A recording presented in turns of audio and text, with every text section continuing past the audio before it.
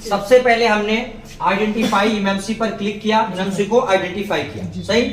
Identify करने के बाद में यहाँ पे इसका पूरा लॉग आ गया था। उसके बाद में हमने क्या किया, यहाँ पे देखो हेल्थ प्लस स्मार्ट रिपोर्ट पर हमने क्लिक किया, सही है। इस पर क्लिक करने के बाद में यहाँ पे पूरी की पूरी हेल्थ सामने शो कर गई, सही है। ऐसे ही ऐसे यहाँ बता रहा हूँ, ऐसे जेटैक में भी बता दूंगा आपको, इस जेटैक प्लस में पूरा, ठीक है। ये आप समझ लोगे तो वहां पे आपको आसानी हो जाएगी, ठीक है। अभी यहाँ पे क्या है, यहाँ पे आपको सेल्स दिखाई दे रहे हैं, देखो यहाँ देखो जो मैंने आपको पढ़ाया था एसएलसी और एमएलसी, यही पढ़ाया था मैंने आपको, ठीक है। एसएलसी यानी सिंगल सेल, एमएलसी यानी मल्टी सेल, समझ गए। तो ये आपके सेल्स हैं।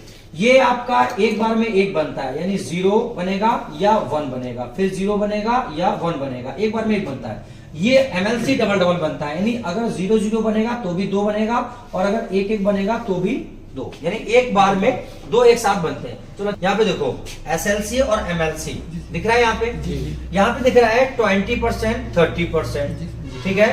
और डिवाइस लाइफ टाइम यूजेज, यानी कितना खर्च हो गया ये, सही है। मैंने तुम्हें बताया यहाँ पे 90% का अगर एरर होगा या 80% एरर होगा। एक चीज याद रखो, एक चीज हमेशा याद रखो, मिसमैच नहीं होना चाहिए, लाइफ टाइम कंज्यूमेट नहीं होना चाहिए, 90% का एरर नहीं होना चाहिए, समझ गए। अब सुनो, अगर ये जैसे 2020 है ना, 2020 30 अगर ये इसकी जगह पे सपोज करो ये हो जाए आपका 60 70, अभी ये हेल्थ सही मानी जाएगी कि खराब? मान लो यहाँ पे 60 हो गया, यहाँ पे 70 हो गया, यहाँ 60 हो गया, 70 हो गया, बोलो। सीधा सा तरीका मैं तुम्हें बताऊं, कंफ्यूज मत हो, सीधा सा यहाँ पे ना 50 हो जाए, कितना हो जाए 50, और यहाँ पे हो जाए 60, सही है। यहाँ पे हो जाए 60, यानी 50 50 60 60 हो जाए तो भी हेल्थ खराब है। लेकिन अगर यहाँ पे हो जाए 40 और यहाँ हो जाए 50 तो हेल्थ सही है। 50 के ऊपर अगर गया, 50 के ऊपर अगर गया हेल्थ खराब मानी जाएगी। बात समझ में आ रही? जी। मतलब पहली हेल्थ कब खराब मानी जाएगी? लाइफ टाइम कंज्यूम हो जाए, खत्म कहानी। 90% का एरर आ जाए, खत्म कहानी, सही है। इसके अलावा मिसमैच हो जाए, मिसमैच का मतलब क्या बताया मैंने? दोनों सेम ना मिले। दोनों सेम ना मिले का मतलब ये है कि 50% से ऊपर जाए, मतलब सेम है, दोनों सेम है, लेकिन 50 से ऊपर है। जैसे यहाँ पे 50 है और यहाँ 60 है, यहाँ 70 है, यहाँ 80 है, यहाँ 90 है, यहाँ पे लाइफ टाइम कंज्यूम हो गया। बात समझ में आ रही है? 50 से ऊपर अगर जाएगा तो भी हेल्थ खराब मानी जाएगी, चाहे भले ही बराबर बराबर हो तो भी खराब मानी जाएगी। अगर हेल्थ बराबर बराबर है और 50 से ऊपर है तो भी खराब मानी जाएगी। बात है समझ में? 50 से नीचे है तो खराब नहीं मानी जाएगी। जैसे यहाँ पे देखो, यहाँ पे स्क्रीन में क्या है 20 20 30 30, ये खराब है? सही है, नहीं है? सही है ये। 50 से अगर ये ऊपर होती तो खराब मानी जाती है। बात समझ में आई? 50 से अगर ऊपर होती तो खराब मान ली जाती, लेकिन 50 के नीचे है तो खराब नहीं मानी जाती। इसकी हेल्थ एकदम ओके है, इसको समझ लो बहुत अच्छी है हेल्थ। हाँ हेल्थ अच्छी है, ओके है, गुड कंडीशन में है। अब सपोज करो हेल्थ अगर खराब है तो क्या करेंगे? सैमसंग की एमएमसी किसी भी फोन में लगी है, ठीक है, और हेल्थ खराब है तो क्या करेंगे? हम इसको कॉपी करेंगे, हेल्थ रिपेयर करेंगे। हेल्थ रिपेयर करने के लिए सबसे पहले डंप क्रिएट करना है, यानी डंप बनाना है। डंप किसको कहते हैं? तो आपको बताया गया है आपका ext cst फाइल, यानी बूट कॉन्फ़िगर फाइल, इसके अलावा आपका यूजर एरिया, इसके अलावा आपका boot 1 और boot 2, इन 4 फाइलों के कॉपी करने को हम क्या कहते हैं? डंप बनाना कहते हैं, ठीक है। इसी को इस JTAG में अलग अलग नामों से आप देखोगे, ROM 1 ROM 2, ठीक है, ROM 3, इसके नाम से देखोगे, अलग अलग नाम चेंज हो जाएगा JTAG में इसका, ठीक है। तो वह क्या इन पे टिक मार्क रखना है चारों पे, ठीक है, और यहाँ ऑटो पर क्लिक करके सिलेक्ट करना है कितना? 512, ज्यादा से ज्यादा 512 में लो और कम से कम 64 MB, सही है। 512 एकदम सही है, ठीक है। टिक मार्क लगा हुआ है, यहाँ से आपने सिलेक्ट कर दिया और उसके बाद यहाँ देखो रीड वाला एक बटन दिख रहा है आपको, रीड, ये नीचे, इस रीड पर आप क्लिक कर दो, ठीक है।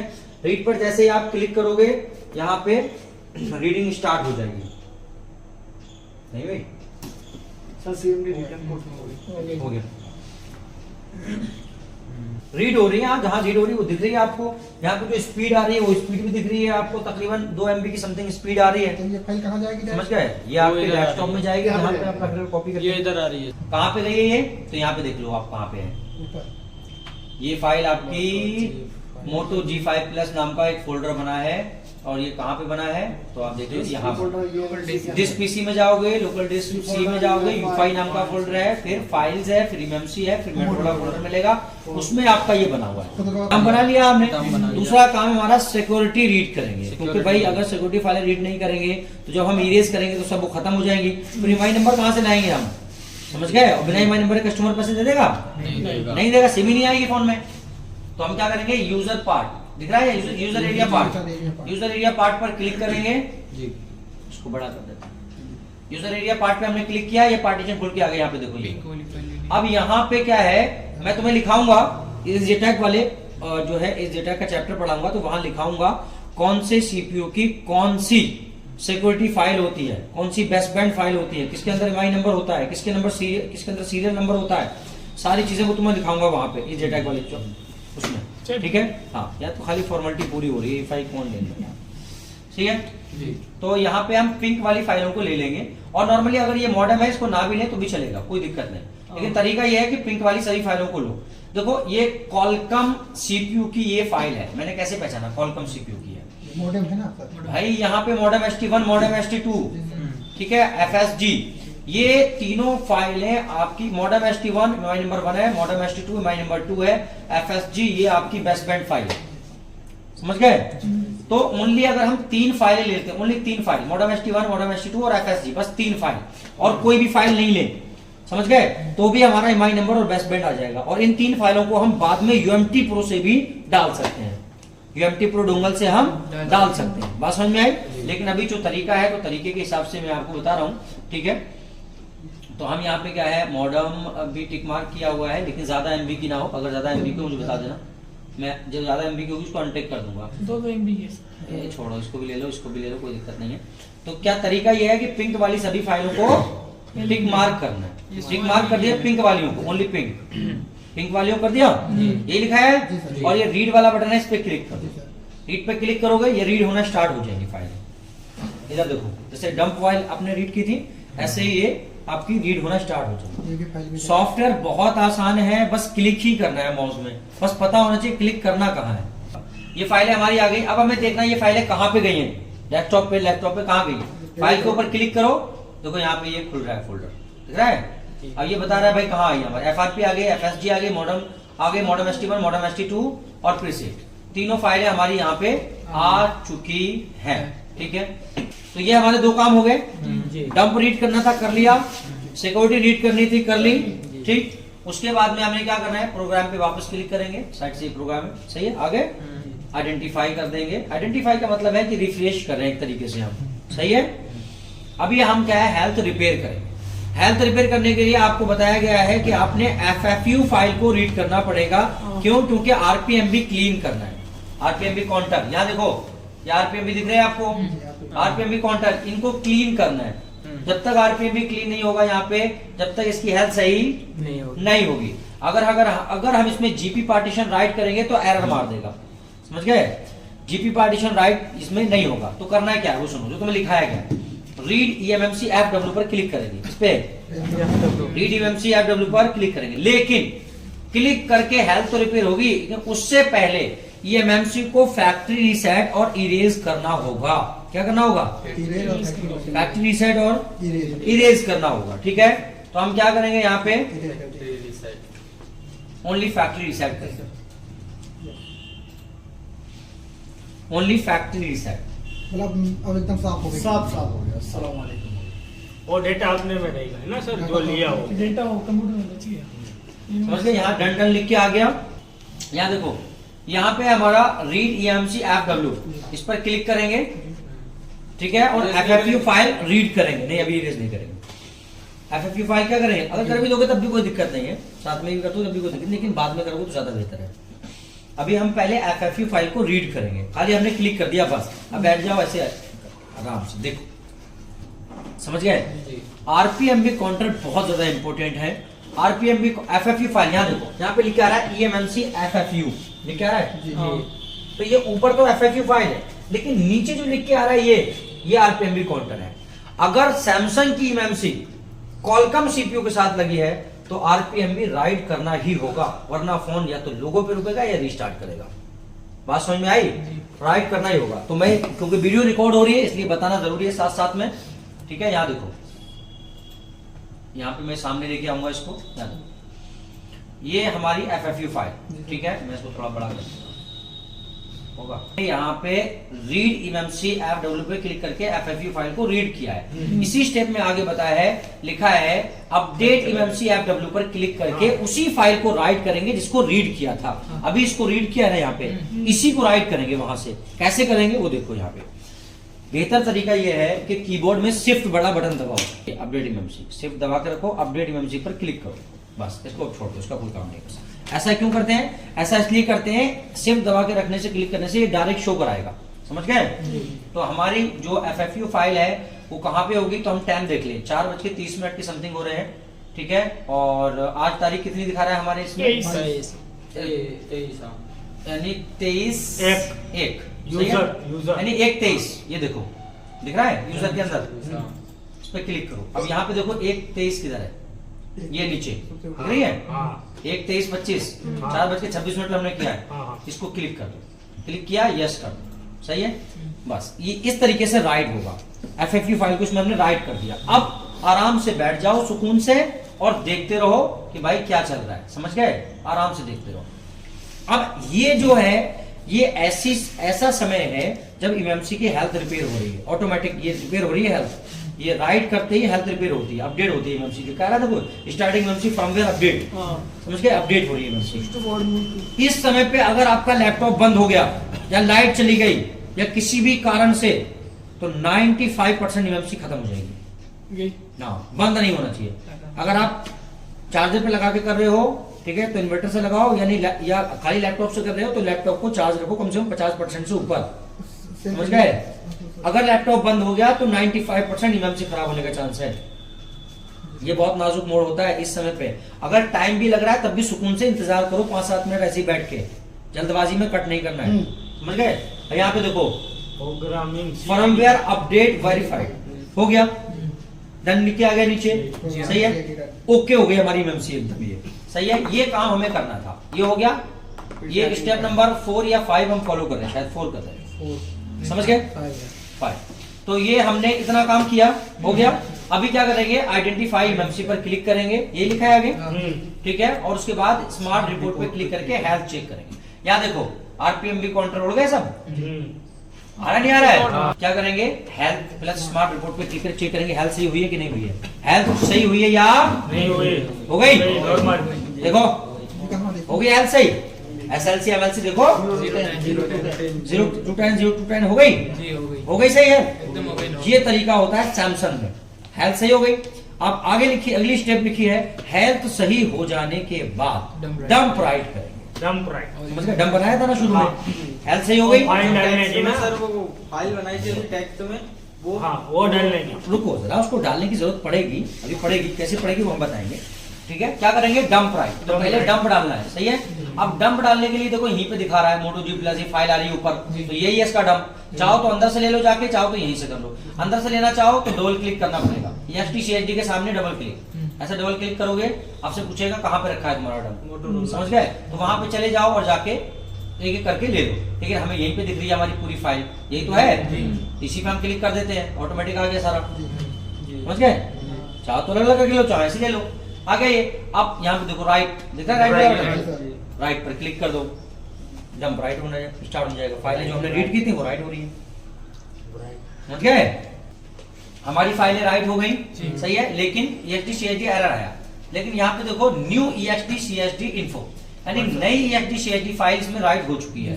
फिर भी अगर किसी को कोई डाउट है तो EXTCHD के सामने इस पे क्लिक करो, और किस CPU के साथ लगी थी, कॉलकम के साथ, कॉलकम पे क्लिक कर दो, यहाँ पे ऑटोमेटिकली अपने आप बना के डन कर देगा, समझ गए?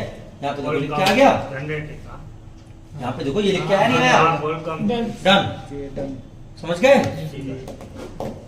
बात है समझ में? ये अब हमारा डंप राइट हो गया। अब चूंकि मैंने क्या बताया था कि अगर इमएमसी लगी है किसके साथ, कॉलकम CPU, सैमसंग की इमएमसी अगर मीडियाटेक के साथ लगी है तो कोई दिक्कत नहीं, डालो मत डालो RPM भी कोई दिक्कत नहीं। लेकिन कॉलकम के साथ लगी है तो डालना पड़ेगा, समझ गए, डालना पड़ेगा। तो अभी क्या करना पड़ेगा, हमें आरपीएमबी की डालना है, सही है। आरपीएमबी की डालने का तरीका तुम्हें वहां नहीं दिखाया है, यहाँ वीडियो रिकॉर्ड हो रही है, यही देख लो तुम, सही है। आरपीएमबी की कैसे डालेंगे, यहाँ पे देखो क्या लिखा है, ऑथेंटिकेशन की नॉट इन प्रोग्रामेड, सही है। यहाँ पे 00 आना चाहिए, तब समझेंगे आरपीएमबी पड़ गया। कैसे पड़ेगा, यहाँ देखो, यहाँ आरपीएमबी एक दिख रहा है, यहाँ चाबी दिख रही है, यहाँ पे इसको टिक मार कर दो, चाबी पर क्लिक करो, ठीक है। इंटर कस्टम की पर क्लिक करो। अब जो आपने वहां पे रखा हुआ था ना कॉपी करके, उसको लाके यहाँ पे डालो। ये था यहाँ पे नहीं रखा था आरपीएमबी, क्लिक करो, राइट क्लिक, कॉपी, कॉपी हो गया। अब उसके बाद में वापस आ जाओ पे, आगे यहाँ पे डाल दो भाई अपना आरपीएमबी, डाल दिया, ओके पर क्लिक कर दो, सही है। अभी पढ़ेगा नहीं, अभी यहाँ पे आओ स्पेशल टास्क पे, नीचे देखो स्पेशल टास्क दिख रहा है, इसको पर क्लिक करो। क्लिक करने के बाद यहाँ देखो प्रोग्राम आरपीएमबी की दिख रहा है, इसको पर क्लिक कर दो, बस यहाँ देखो, ओके आरपीएमबी की डन, आरपीएमबी की डन, यानी आरपीएमबी की पढ़ चुकी है। क्या सबूत है भाई, पढ़ चुकी है, आइडेंटिफाई करो, आइडेंटिफाई करो, और देखो कि नॉट इन प्रोग्रामेड हटा, हट गया, हट गया, समझ गए। आरपीएमबी की इसके अंदर पड़ गई, बात समझ में। इस तरीके से आरपीएमबी की डालना है। कब डालना है, सैमसंग की एमएमसी है और क्वालकॉम सीपीयू तो डालना पड़ेगा ही पड़ेगा। अब इतना काम करने के बाद आपको लिखाया गया है एमएमसी को बॉक्स से बाहर निकालना है और बोर्ड में लगाना है और फ्लैश करना है स्टॉक रोम से, जो उसकी पुरानी फाइल है उससे फ्लैश करना है, सही है। आप यहीं से भी फ्लैश कर सकते हो, इससे भी फ्लैश कर सकते हो, लेकिन इससे फ्लैशिंग में समय लगता है। यहाँ देखो ये फैक्ट्री इमेज वाला एक ऑप्शन दिख रहा है, फैक्ट्री इमेज पर क्लिक करो और यहाँ पे अपना सिलेक्ट करो कौन सा सीपीयू है, कॉलकम है तो कॉलकम, मीडियाटेक में है तो मीडियाटेक, कॉलकम ही हमारा कॉलकम, सही है। और यहाँ पे देखो रॉ प्रोग्राम और पैच 0 दो फाइलें होती हैं हमारे कॉलकम सीपीयू की, आपने पढ़ा है। तो रॉ प्रोग्राम और पैच 0 यहाँ पे डबल क्लिक करके सिलेक्ट करो, ऐसे यहाँ पे क्लिक करोगे आपसे पूछेगा कहाँ है फाइल, क्लिक किया, फाइल पूछ रहा है, जहां भी तुमने डाउनलोड करके रखी हुई है सिलेक्ट करो, उसके बाद राइट वाला ऑप्शन सामने आ जाएगा, राइट पे क्लिक करो, यहां से भी फ्लैश कर सकते हो।